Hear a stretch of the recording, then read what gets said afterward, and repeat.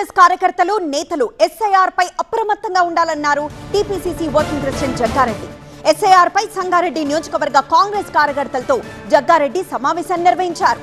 Modi, Amit Shah, EC సహకారంతో అసోం, బెంగాల్లో బీజేపీని గెలిపించారని, తెలంగాణలో కాంగ్రెస్ సానుభూతి పట్ల ఓట్ల చోరీ జరగకుండా చూడాలన్నారు జగ్గారెడ్డి. రేపటి నుంచి ఎవరి వార్డులో వాళ్ళు, ఎవరి గ్రామంలో వాళ్ళు నాయకులు, మీ బిఎల్ఏ నాయకులు, మన ప్రజాప్రతినిధులు అందరూ కూడా ఈ 15 రోజులు ఫుల్ టైం ఇచ్చి అందరూ బిఎల్ఓ ఆఫీసర్ వెంబడి బిఎల్ఏ మన నాయకుడు తిరగాలి.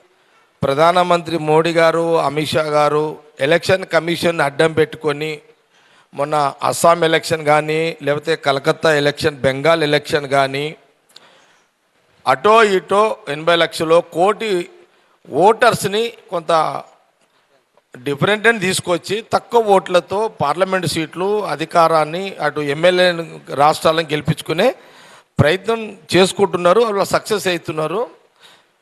దాన్ని అరికట్టడానికే ఈ యొక్క జాగ్రత్త.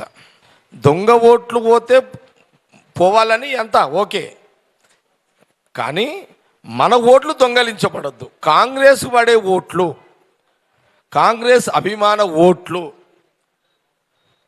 ఈ ఓట్లు ఎక్కడ కూడా దొంగలించబడొద్దు, దొంగతనం కావద్దు అనేది ఏఐసిసి కాంగ్రెస్ పార్టీ తీసుకున్న నిర్ణయం దేశం మొత్తంలో.